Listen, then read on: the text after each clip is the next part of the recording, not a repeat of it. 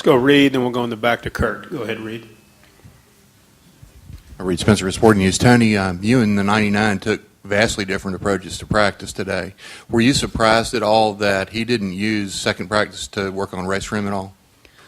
I didn't even know actually till after the second practice was over, and I looked at the timesheets. I didn't realize they didn't do any race runs there. So they're either going to look like geniuses doing it or not. So, you know, you look at how many laps we ran. I mean, we spent a lot of time trying to find what the combination was for race trim. So we got the one lap deal out of the way. Now we got to worry about the 400 miles.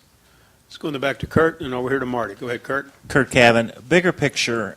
Can you talk about? Can you name your affiliation, sir? You're not that big in this media center, bud. Indianapolis. A lot bigger people that actually have chairs to sit in.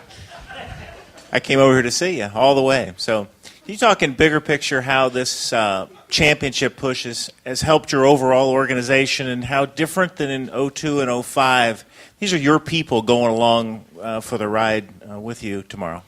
Yeah, but it really doesn't feel that way. I mean, it feels just like it did when I was at Gibbs in 02 and 05, where it was a big group of us that were all in it together, and that's the way it is for everybody at Stewart Racing. So I guess the general feel really isn't changed. I mean, I've never walked into that shop feeling like that I was the guy that was running anything. I mean, everybody has their job. Everybody does their job at Stewart. I'm just one piece of the equation. So you know, I felt like from day one that feeling has kind of just been the same as it was at Gibbs. I mean, I'm their driver, and that's the way I've always looked at it. Let's go over to Marty, then we'll go to Randy. Go ahead, Marty. Marty Smith, ESPN. Affiliation stated. Well done. See, even the second time he didn't figure it out. We certainly appreciate your candor this week, but given that, how happy are you that all the talking's basically done and you can get on with the racing? I don't know. After sitting there in the media deal the other day, I was kind of having fun talking with him. He's like an easy target. So it's bringing a knife to a gunfight in that battle. But we get to go do what we do for a living tomorrow. So, you know, it's nice that, you know, 30 hours from now we're all going to know how it all played out and shook out. But, you know, it's been a fun week, obviously. And, you know, like I said, he's a fun guy to pick at. He makes himself an easy target, so that makes it easier. But, you know, he's a good race car driver, and that's what we're going to get to face tomorrow. Go Randy, and then over here to Kenny. Go ahead, Randy. Tony, Randy Kovitz, Kansas City Star. This way to your left a little bit. Thank you. Good to see you. You're satisfied, or you're good with your 15th spot. He's on the pole. I mean, he's not 8th or 14th or 12th. I mean, can you just talk about him having, how much of an advantage is that for him to be 14 spots ahead of you?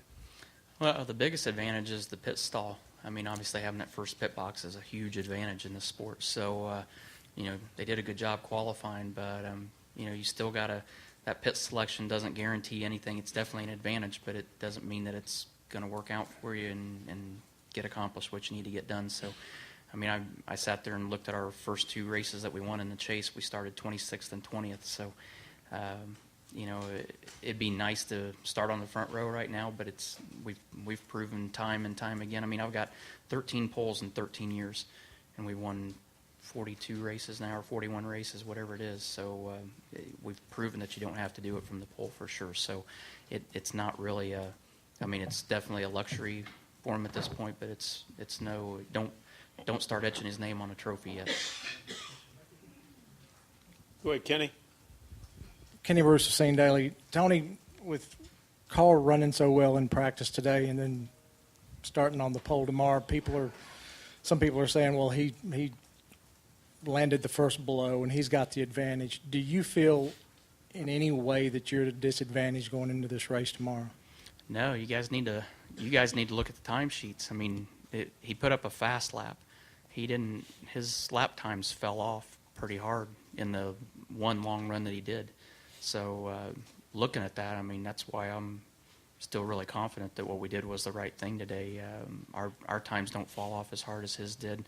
Now, whether they got something figured out for tomorrow that they didn't show today, who knows? But after looking at the timesheet, I felt a lot better about what I was seeing. I mean, to look at that final practice, and it doesn't tell the story of the session. I mean, the two best cars, I feel like, are the 88 car and the 4 car, and they were I think 22nd and 26th, and we were sitting there 24th.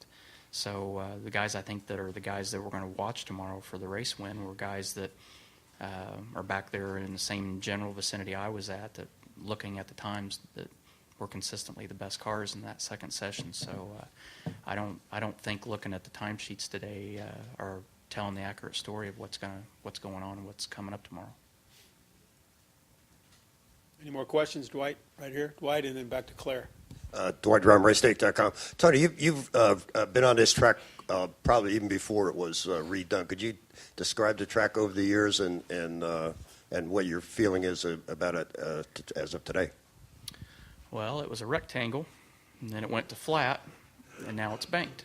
So it's definitely had 3 different distinct shapes and styles to it. But I guess it was kind of cool because I actually got to come here the first time when it was still a rectangle. So that was the first nationwide race that I actually tried to qualify was here at Homestead. So it was kind of cool to see that, but it definitely has changed a lot. But I think the current configuration is probably the best configuration they've had. It's definitely provided the best racing.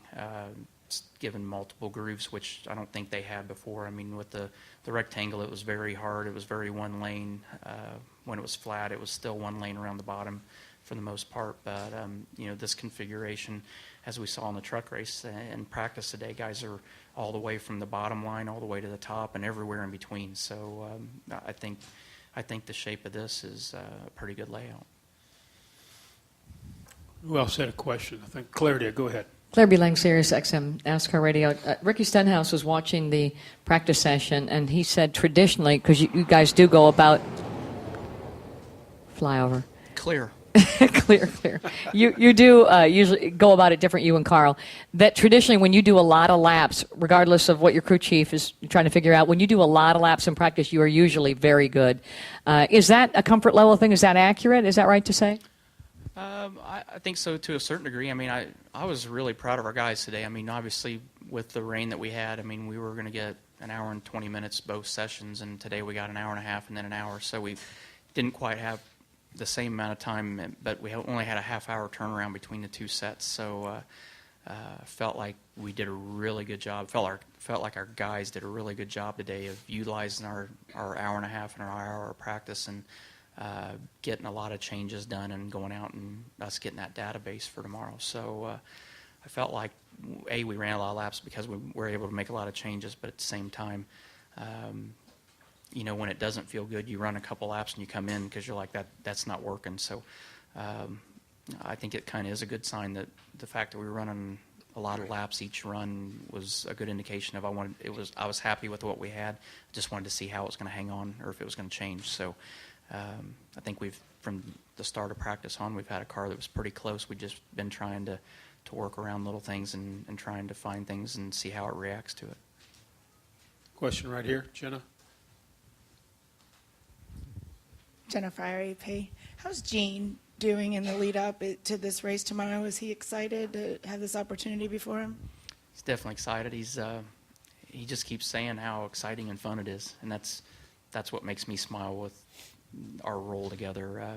He's invested a lot in this sport over the last 7 years, and to finally see him have an opportunity like this, I mean, makes me very proud. And that's the part where I take the helmet off and the driver's side away, and I say, this is a guy that believed in me enough to want me to be a part of his organization and make me an equal partner with him, and to be able to help put him in a position like this is something I'm very proud of. So he's having fun, but he's still Gene. He just kind of hangs around on the side, and you don't really see him standing out much, but he's just kind of fun like that. I mean, he's not a guy that wants to stand out and be in front of the cameras all the time. He just wants to come to the racetrack and enjoy his race cars and his race teams, and I think he's had a lot of fun doing that this year. Any further questions for Tony? Tony, certainly congratulations on everything you've accomplished this season so far, and we wish you all the luck here tomorrow in the championship finale. Okay. Thanks, guys.